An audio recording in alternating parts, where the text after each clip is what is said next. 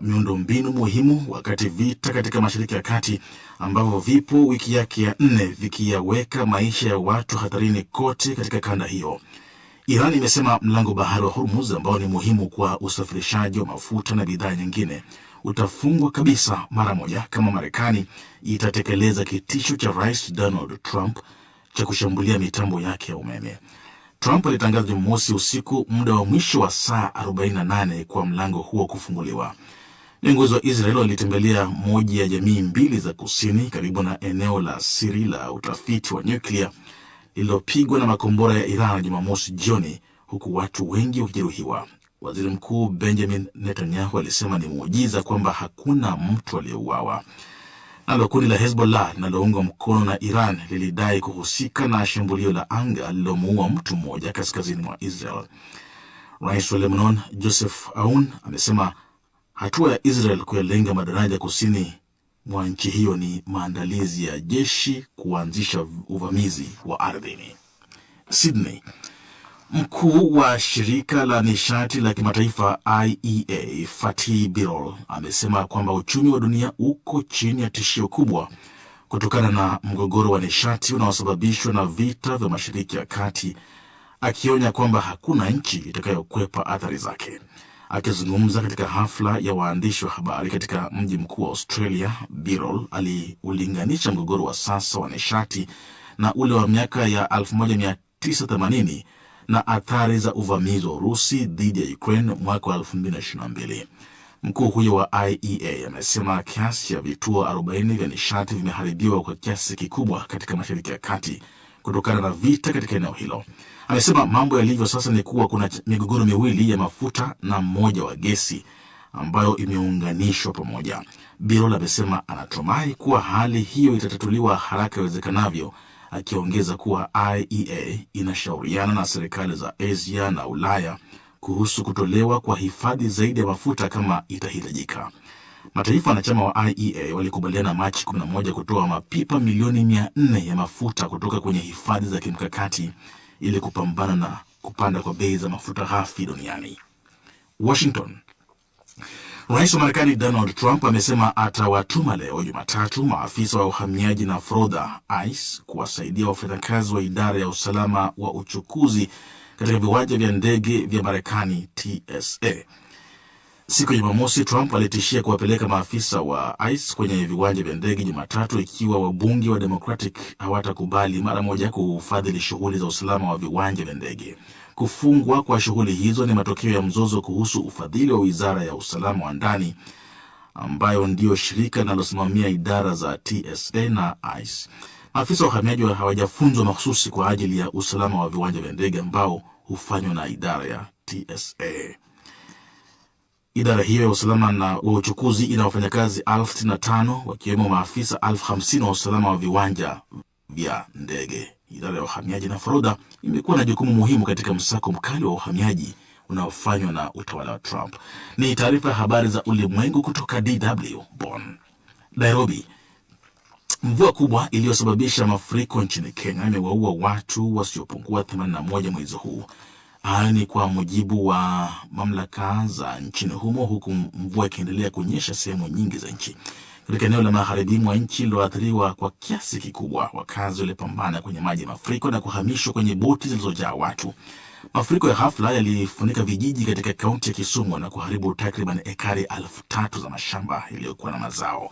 Zaidi ya familia 3,000 zimelazimika kuhama makwao katika jamii ya Nyakach, huku baadhi zikihifadhiwa katika vituo 8 vya uokoaji, huku maji yanayoongezeka kutoka mto Mirui unaofurika yakiendelea kutishia eneo hilo. Berlin.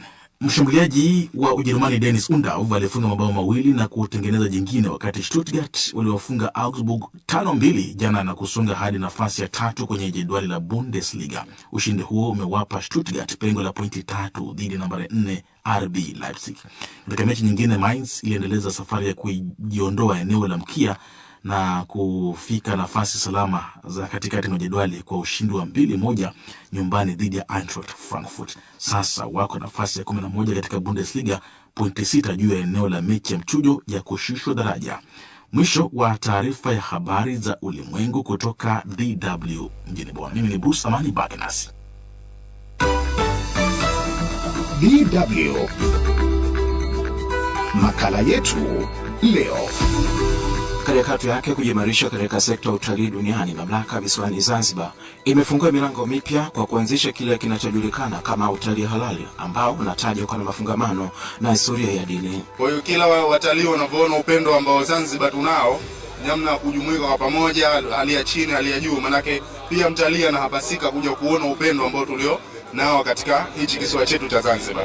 Utalii halali ambao wanasema unafuata misingi ya haki na kutokuwa na misingi yoyote, unalenga kuwavutia watalii kutembelea visiwa hivyo na kuona maeneo ambayo historia yake ina uhusiano mkubwa na masuala ya dini. Utalii kama huu umekuwa ukishuhudiwa pia katika maeneo mbalimbali duniani ikiwemo huko Jerusalem, Vatican, Morocco na hata Uturuki, ambako watalii hutembelea na kujionea masuala yenye kukumbusha matukio na historia za kidini. Lakini hapa Zanzibar pia tuna vivutio vingi sana ambavyo vina michambuko kutokana hivi na dini, kutokana na watu walikuja hapa kueneza dini, shekhes, scholars tofauti.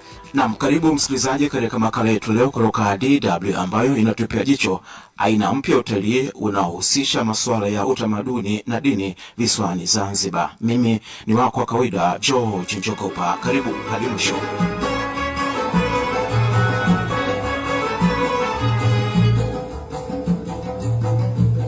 Utalii ni moja ya nguzo muhimu katika uchumi wa Zanzibar na sehemu kubwa ya mapato yake yanatokana na sekta hii ya historia kubwa. Kwa mujibu wa takwimu kutoka mamlaka zinazohusika na sekta hiyo, mnamo mwaka 2025 pekee visiwa hivi vilipokea zaidi ya watalii 900,000. Idadi hiyo inatarajia kuongezeka katika miaka ijayo kutokana na mipango inayolenga kuboresha na kutanua miundombinu ya usafiri. Wakazi wengi visiwani humo wanaona kwamba kuwepo kwa mazingira rafiki pamoja na utulivu wa kimazingira ni moja sababu inaendelea kuwavutia wageni wengi kutembelea visiwa hivyo vya Zanzibar. Kuhamasisha kwamba Wazanzibari wamejawa na upendo. Kwa hiyo kila watalii wanavyoona upendo ambao Zanzibar tunao, namna kujumuika kwa pamoja, hali ya chini, hali ya juu, manake pia mtalii anahapasika kuja kuona upendo ambao tulio nao katika hichi kisiwa chetu cha Zanzibar. Kwa hiyo Zanzibar ni nchi ambayo yenye amani, kwa hiyo watalii wanavutika kulingana na tunavyoishi. Katika juhudi za kuimarisha sekta ya utalii, hivi sasa mamlaka imeanzisha mpango mpya wa kusukuma mbele ajenda ya utalii mpya unajulikana kama utalii halal, neno ambalo huenda ni geni masikioni mwa wengi, lakini ukweli wa mambo ni kwamba aina hii ya utalii imekuwa mtaji mkubwa katika maeneo mengi duniani. Baadhi ya maeneo ulimwenguni yanaona kwamba utalii wa aina hii ni kama kielelezo cha kukumbusha jamii kuhusu kule ilikotoka na hatima yake katika siku zijazo. Zanzibar inasema kupitia utalii halali na kusudia kufika mbali, hasa ikitambua kwamba mambo yanayofungamana na historia pamoja na ustaarabu wa kidini bado yapo visiwani humo. Kulingana na katibu mtendaji wa kamishna utalii visiwani Zanzibar, Arifu Aba, mamlaka visiwani humo inakusudia kufikisha mbali zaidi utalii huu, ingawa safari yake ya kufika kileleni cha mafanikio bado ni ndefu. Mimi binafsi tunaliunga mkono sana, na sasa hivi na ningependa kushukuru sana serikali kwa kuwa serikali imeweza kuona kwamba kuna fursa kwenye suala la halal tourism. Kwa vile tunaona kwamba kuna watu wengi sana wanaenda kama miji ya Vatican, wanaenda miji kama wanaenda Jerusalem, lakini hapa Zanzibar pia tuna vivutio vingi sana ambavyo vina michambuko kutokana hivi na dini, kutokana na watu walikuja hapa kueneza dini, shekhes, scholars tofauti. Kwa hiyo sasa hivi tumeanza kutangaza swala zima la halal tourism. Kwa kawaida Zanzibar ni kisiwa kinachotaja kwa na vivutio vya aina nyingi ambavyo wapelekea wageni wengi kutoka mataifa mbalimbali ulimwenguni kuja visiwani humo kwa ajili ya kushuhudia kwa macho yao. Ukiuka kanda utalii huu halal, kisiwa hiki pia ni maskani ya aina nyingine ya utalii ikiwemo ule unahusisha magofu ya kale na utamaduni wa wakazi wake. Mkazi aliyefunga safari kutoka bara na kwenda Zanzibar kwa ajili ya kujionea hali ya mambo anasema kwamba cha kusema kwamba kuna vitu vikubwa na vizuri katika nchi yetu na hususan Zanzibar na hususan hapa Unguja ambavyo watu wa nje wanakuja, sisi watu wa ndani hatujui. Mimi binafsi napanga kwamba baada ya safari hii itabidi nirudi na familia yangu kwa ajili ya mambo makubwa sana haya ya Zanzibar. Kama ulivyoona tulipoanza pale kwenye soko la utumwa, tulivyoona jinsi bahari ambavyo walikausha bahari hiki, Kwa ufupi sana ni kuomba watu waje. Zanzibar ni kuzuri, kuna maeneo mengi mazuri, historia imesheheni, historia ya nchi hii, historia ya taifa hili.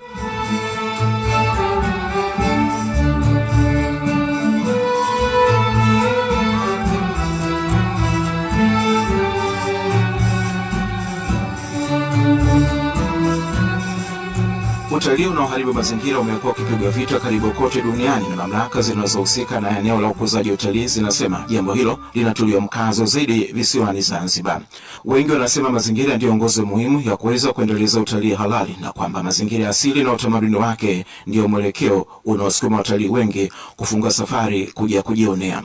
Mkazi ambaye ni muumini mkubwa utalii unaokuza mazingira anaamini kwamba bila kutilia mkazo eneo la uhifadhi wa mazingira itakuwa vigumu mno kusukuma mbele ajenda hii ya utalii halal. Tunaweza tukatunza mazingira, tukatunza majengo yetu, tukatunza vifaa vyetu vyote kwa ujumla, ili tuweze kutengeneza miundombinu mizuri katika maeneo yetu. Lakini vile vile nimeona kwamba bado tunao uasilia wetu tunautunza, na kwamba tumeona vile vile hakuna mtu ambaye anaruhusa kuweza kubomoa, labda ufanye tu marekebisho. Kwa kweli inapendeza sana na ni kivutio kikubwa sana kwa kweli. Mazingira haya yasiharibiwe, yani waendelee kuweka mfumo huu ambao ulikuwepo. Huwezi kutoa milango iliyokuwepo uweke milango mipya ya kisasa, tunakuwa tunaharibu madirisha hali kadhalika. Kwa kweli ni kitu kizuri sana.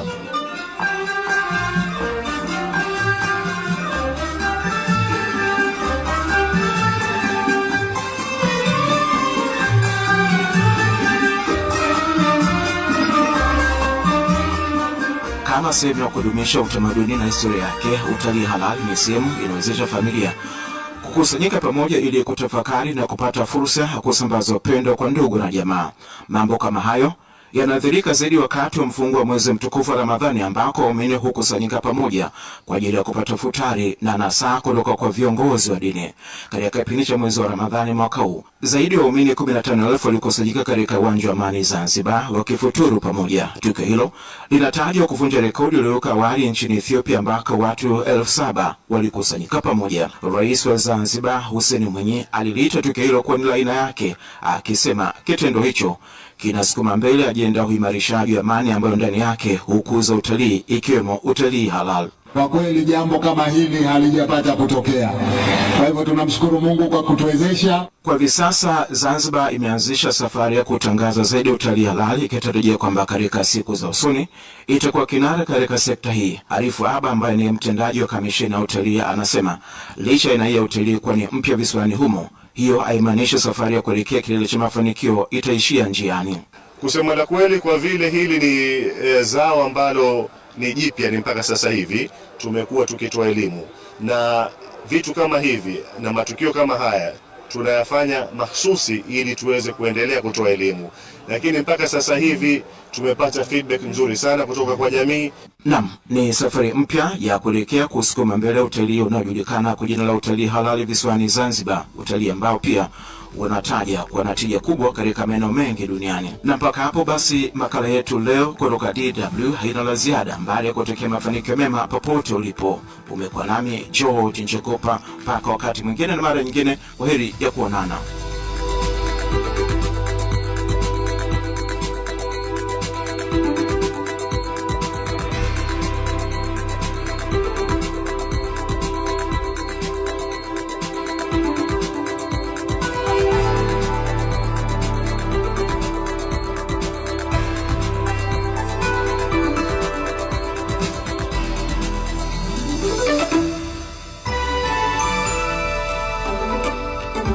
DW Vijana Tugutuke. Hujambo msikilizaji wa DW popote pale ulipo, karibu sana katika kipindi hiki cha Vijana Tugutuke, kipindi ambacho kinakupa nafasi ya kuweza kusikia mawazo ya vijana kutoka maeneo mbalimbali duniani. Leo na kukaribisha kutokea hapa makao makuu ya Jumuiya ya Afrika Mashariki, Arusha, Tanzania. Nipo na vijana ambao ni wanufaika wa shirika la Elimu Foundation, na vile pia kuna mkurugenzi hapa. Leo tutazungumza kuhusiana na mafanikio ya shirika hili hasa katika kuwasaidia vijana.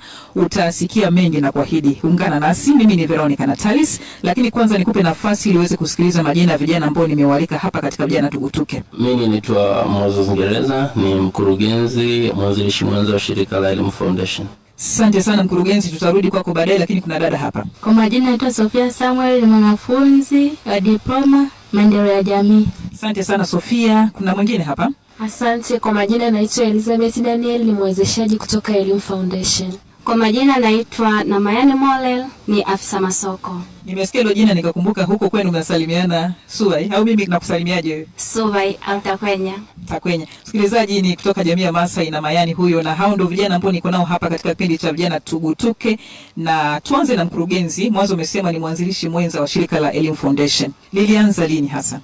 Elimu Foundation ni shirika ambalo lilianza mwaka 2022 na shirika letu limejikita zaidi kuwahudumia makundi matatu ya watu ambao ni vijana, wanawake na watoto. Kwa nini lilianzishwa?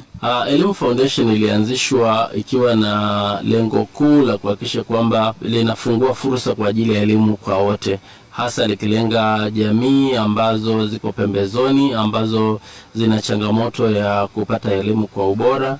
Na kwa hivyo limefanya program nyingi, ikiwemo program hususan ya Ndoto Scholarship Fund ambayo imejikita zaidi katika kutafuta rasilimali za kuwawezesha kuwasomesha hasasa wanawake. Sawa, asante sana kwa maelezo hayo mkurugenzi, nitakurudia tena baadaye. Sofia, umesema unasoma maendeleo ya jamii ngazi ya diploma. Upo hapo chuoni Elimu Foundation. Mimi ni miongoni wa wanufaika wa Ndoto Scholarship Funds ambao wamenisaidia niweze kutimiza ndoto zangu za kuwa mwana jamii, yani maendeleo ya jamii. Tusimbie kidogo kuhusu wewe. Nini kilikusababisha changamoto gani ambazo umezipitia katika masomo yako, labda kuanzia shule ya msingi, sekondari? Ni kutokuwepo na baba, ni uwepo ule wa kuwepo na mzazi mmoja. Hiyo imesababisha mimi niweze kupambana, niweze kufaulu. Ndio maana nikaomba Ndoto Scholarship Funds ili niweze kuendeleza elimu yangu, niweze kusaidia na wale ambao wako nyuma yangu. Kuna watu wangapi nyuma yako ambao wanakutazama? 3. Sawa, nitakurudia baadaye. Eliza, tusimbie na wewe ilikuwaje mpaka ukafahamiana na shirika la Elimu Foundation? Umetoka wapi? Shirika la Elimu Foundation nimelifahamu, nilikuwa napita mtandaoni, nikakuta hilo shirika la Elimu Foundation, nikakutana na masuala ya fund, hiyo Ndoto Scholarship Fund, nikaomba yani tuseme mafunzo kwa vitendo, nikaomba field hapo, tukapata mradi pia wa kijana na malengo. Sasa nikaanza kufacilitate kuhusu hiyo kijana na malengo, maana vijana wengi wanaishi bila malengo. Kwa hata leo ukikutana na kijana ukimuuliza malengo yako ni yapi, anaishi bila malengo. Wewe malengo yako ni yapi? Malengo yangu, I wish siku moja nije kuwa mfanyabiashara mkubwa. Asante sana Eliza. Msikilizaji, kama ndo kwanza unajiunga na sisi, hii ni idhaa ya Kiswahili ya DW. Mimi ni Veronica Natalis, nipo na Sofia, Eliza na Mayani pamoja na mkurugenzi Ngereza, na tunajadili kuhusiana na mafanikio ya shirika la Elimu Foundation kwa vijana hapa Arusha, lakini pia na maeneo mengine ambayo yanawafikia. Sasa kuna dada anaitwa na Mayani hapo, umemsikia mwanzo akijitambulisha. Mambo vipi? Poa. Kuhusu shirika la Elimu Foundation, naifahamu kiundani zaidi. Ni shirika ambalo linadili na masuala ya kuwasaidia jamii kwa ujumla.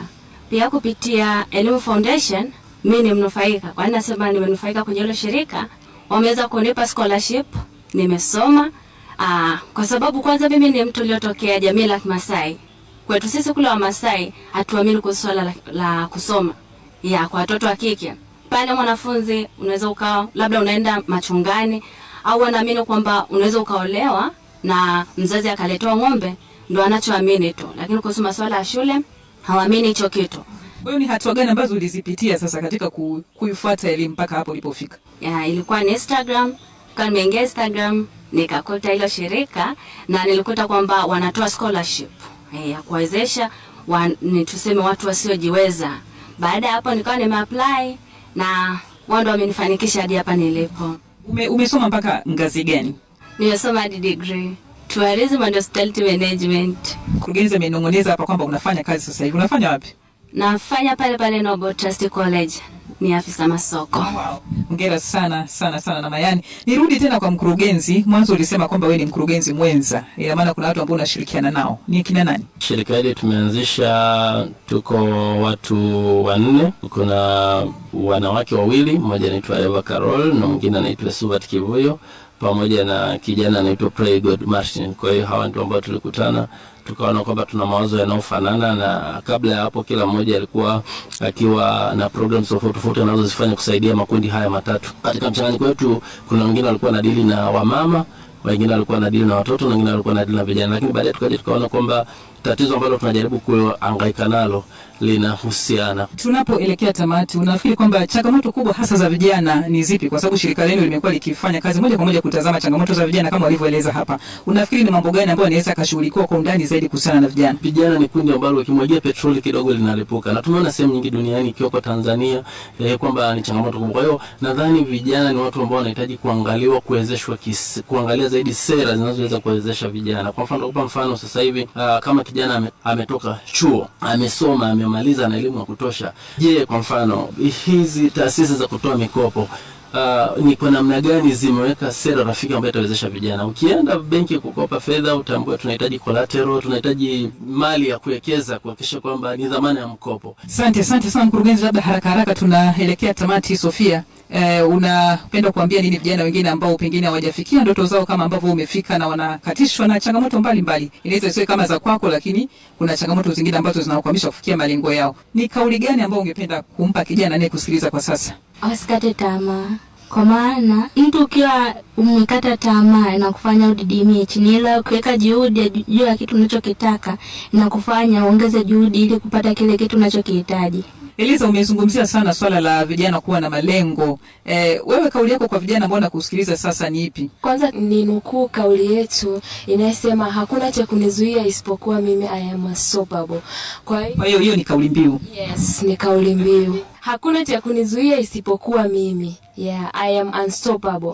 Sasa huo ndio ushauri wako kwa vijana. Wasikate tamaa, maana ukishaamua wewe kuweka malengo, hakuna kitakacho kuzuia isipokuwa wewe. Asante. Tumalizie na Mayani hapa. Unapenda kumwambia nini kijana ambaye anakusikiliza sasa hivi? Umetupa simulizi yako, ina mafanikio mengi mazuri. Ulikata tamaa lakini bado ukaendelea, na sasa wewe ni mfanyakazi. Unamwambia nini kijana ambaye anakusikiliza? Hata kama unatokea kwenye jamii ambao hawaamini katika elimu, usikate tamaa.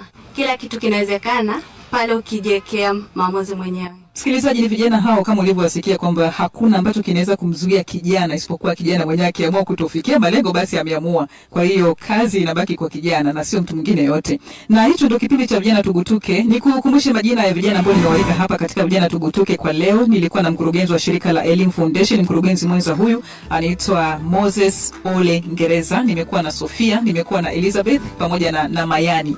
Mimi ni mtangazaji wako Veronica Natalis. Na kuaga mpaka wakati mwingine tena. Kwaheri kwa sasa.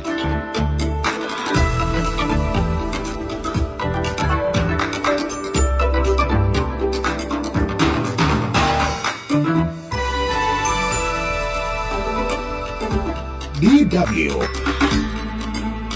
Jukwaa la Manufaa. Introduction.